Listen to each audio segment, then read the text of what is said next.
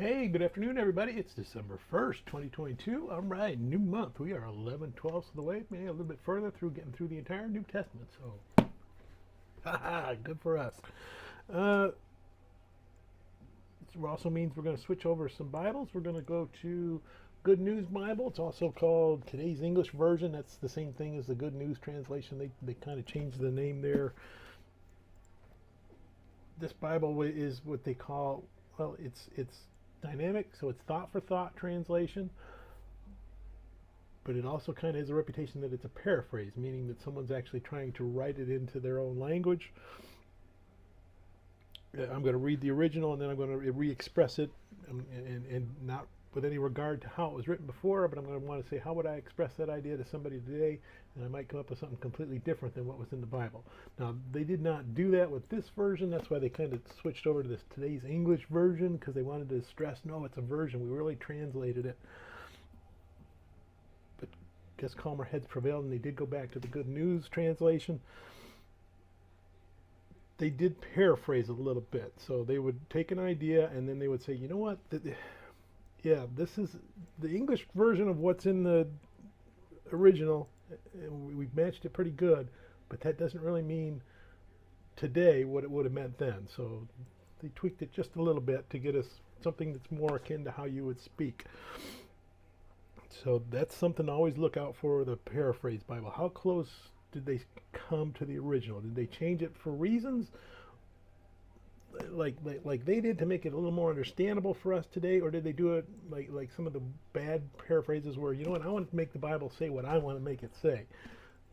That's not what you want. So you want to look for something that's really an actual translation that was actually done by scholars who knew what they were talking about, and then even then I want to compare this to some of my other Bibles that I have up there. So like I said, this is a good version. If English isn't your first language, this is a good version. You just want to sit down and read the Bible like you would a storybook. To actual study, I would go try maybe an English Standard Version, New King James Version, an IV version. And if I'm having trouble understanding what's there, then I always like to pick this up and read through it. And usually that helps me figure it out on my own. Oh, that's what they meant by the, okay, now I see how that works together. So really good Bible. I like to use it just to give you guys some contrast here. So let's go ahead and we're going to read John chapter 21. We're going to finish out John. Hey, wait a minute. Didn't we just come to the end of this yesterday? Well, he wants to finish off a couple more things. So his main story's over, but he wants us to see Jesus come back one more time and see that the disciples have now come back together. They're back in Galilee. They're not quite getting back to their old lives. They're trying to figure out, hey, what's next? And that's when Jesus comes and they start the dialogue, because now they're ready to hear what Jesus has to say. Now their preconceived notions of what the Messiah is, those have been wiped away. Now they're ready to find out, okay, now I want you to go out in the world and start making your own disciples. And the first thing he wants to do is restore Peter back to his position as the number one disciple. We saw that when he denied Jesus 3 times, he was pretty low. Jesus comes back to him and gives him a chance to announce his love for Jesus 3 times, and then Jesus says, great, now you got it, now you're ready. Part of that conversation, they look at John, and Peter says, hey, what about these other disciples? What's going to happen with them? And Jesus says, hey, you know what, their lives are their lives. If I want John to live forever, he'll live forever. And then John says, I'm not going to live forever.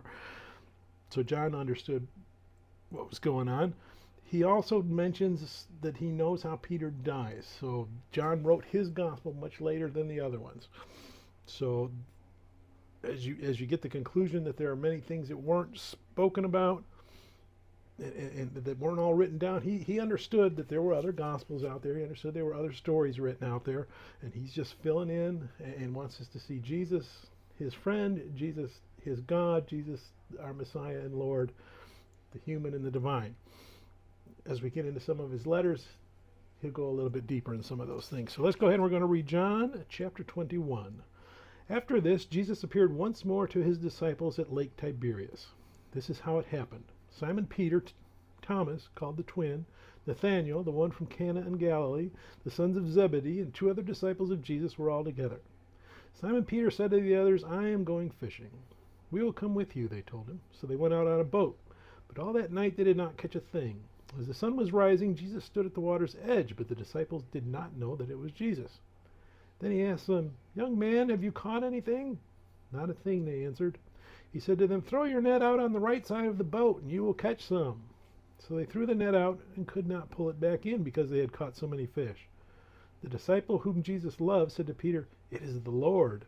When Peter heard that it was the Lord, he wrapped his outer garment around him, for he had taken his clothes off, and jumped into the water. The other disciples came to shore in the boat, pulling the net full of fish. They were not very far from the land, about 100 yards away. When they stepped ashore, they saw a charcoal fire there with fish on it and some bread. Then Jesus said to them, "Bring some of the fish you have just caught." Simon Peter went aboard and dragged the net ashore full of big fish, 153 in all. Even though there were so many, still the net did not tear. Jesus said to them, "Come and eat." None of the disciples dared ask him, "Who are you?" because they knew it was the Lord. So Jesus went over, took the bread, and gave it to them. He did the same with the fish. This then was the 3rd time Jesus appeared to the disciples after he was raised from death. After they had eaten, Jesus said to Simon Peter, "Simon, son of John, do you love me more than these others do?" "Yes, Lord," he answered, "you know that I love you." Jesus said to him, "Take care of my lambs." A second time Jesus said to him, "Simon, son of John, do you love me?" "Yes, Lord," he answered, "you know that I love you." Jesus said to him, "Take care of my sheep." A third time Jesus said, "Simon, son of John, do you love me?" Peter became sad because Jesus asked him the 3rd time, "Do you love me?" And so he said to him, "Lord, you know everything. You know that I love you." Jesus said to him, "Take care of my sheep. I am telling you the truth. When you were young, you used to get ready and go anywhere you wanted to. But when you are old, you will stretch out your hands, and someone else will tie you up and take you where you don't want to go." In saying this, Jesus was indicating the way in which Peter would die and bring glory to God. Then Jesus said to them, "Follow me." Peter turned around and saw behind him that other disciples whom Jesus loved, the one who had leaned close to Jesus at the meal and asked, "Lord, who is going to betray you?" When Peter saw him, he asked Jesus, "Lord, what about this man?" Jesus answered him, "If I want him to live until I come, what is that to you? Follow me." So a report spread among the followers of Jesus that the disciple would not die. But Jesus did not say he would not die. He said, "If I want him to live until I come, what is that to you?" He is the disciple who spoke of these things, the one who also wrote them down. And we know that what he said is true. Now there are many other things that Jesus did. If they were all written down one by one, I suppose that the whole world could not hold the books that would be written.